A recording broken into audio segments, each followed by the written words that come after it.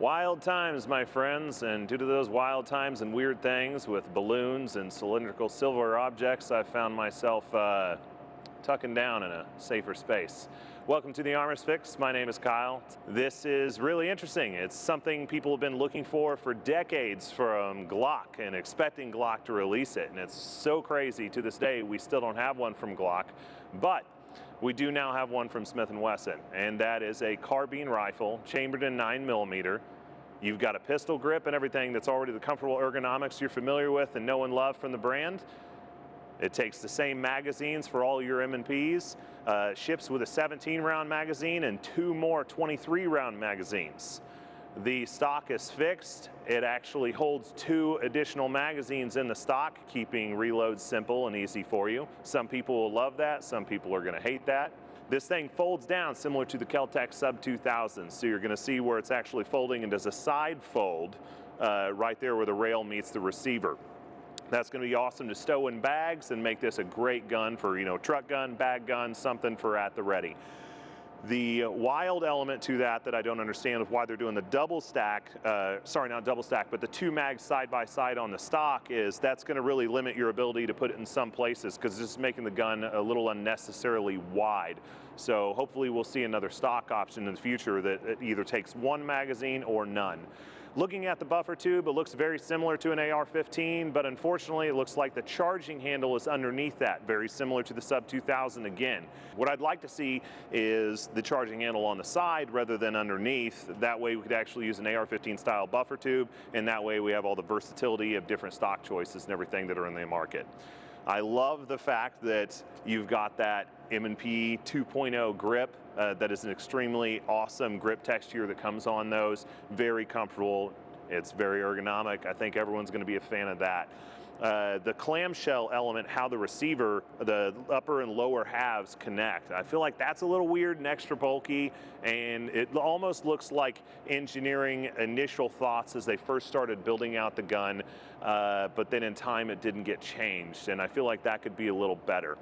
The rail is polymer, and that's your only place you're going to be able to attach sights or an optic. And while that's not a major issue, if you're really worried about zero, if you're a guy who wants to put a laser and stuff on this, especially for night vision use, and I know a lot of guys who do that even with Sub 2000s and guns like that, it'd be nice to have an upgrade on that. Now, one of the cool things about Smith & Wesson offering this is Smith & Wesson always does their performance center guns. And that's where I think we're going to see a lot of those things that I'd like to see changed actually be changed when we do see a performance center variant in the future. Upgrades I'd love to see are an aluminum rail, some type of stock tube design where we can actually get a little change on the stock length of pull so we can get that adjustability and have multiple positions in it. This gun does ship with a threaded barrel, so you won't have any issues attaching a muzzle device of your choice or a suppressor. Just like on the Smith & Wesson pistols, you do get 4 different palm swell inserts for the back, so you've got that adjustability for small hands all the way up to huge hands, because the biggest one comes in pretty large. So that's nice for everybody who wants that and wants the ability to switch it up. Smith & Wesson also gives you a flat face trigger that you've come to know and love if you like the 2.0s. It ended up becoming a lot better trigger than in previous models, and it looks like we're going to see that nice trigger that's in this gun, and that's definitely going to be a selling point that brings it in above the Kel-Tec Sub 2000.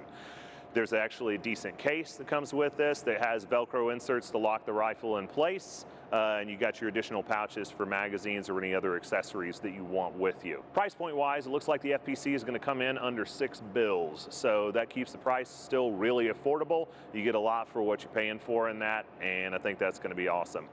I love what Smith & Wesson is doing with this. I think the future elements that they can add into it to make it better, especially with what I assume will be a performance center variant, is going to be very exciting. I'm personally wanting one of those more than this release. I believe the FPC is going to come in nice price point wise with what you get out of the rifle, especially when compared to the Sub 2000. But some of you may not realize the Sub 2000 is one heck of a gun that runs and runs and runs. I don't care for the charging handle on the gun. The trigger, obviously not very solid either, but with companies like M Carbo making aftermarket support that turn those guns up quite a bit and make them a lot better, makes them pretty solid. And where I train down at APT, those guys run these things through round after round after round. They actually have a sub 2000 specific course where you're working from concealment and stuff like that with the gun, where I think you'll see a lot of these M&Ps hopping into that as well. But those sub 2000s, like, there's people who dog Keltec, but that gun, I'm telling you, it will run and run and run and run. I've got a personal friend who has easily over 10,000 rounds through his. Well, I know it's well past that. He brought it to me to go ahead and rip it all apart and go through it and clean everything up around the 10,000 round mark. We went ahead and added some more upgrades to the rifle at that point.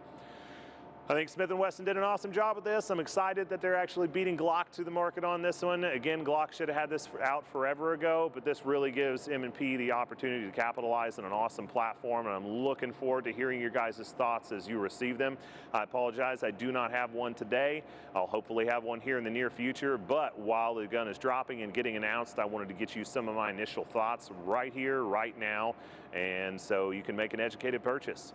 Thanks for watching the video. Hope you hit that sub button, hit like, you know, all the whatever buttons you do on YouTube and all the other places, all the fun stuff. Looking forward to seeing you guys on the next one. Take care, and I'm going to continue hiding.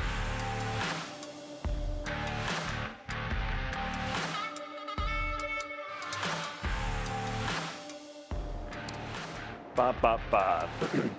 I think this, yes. However, I don't want to say however. What? No, dude, if they're shooting UFOs down, I'm not hanging out down here. I want to watch this. Come on.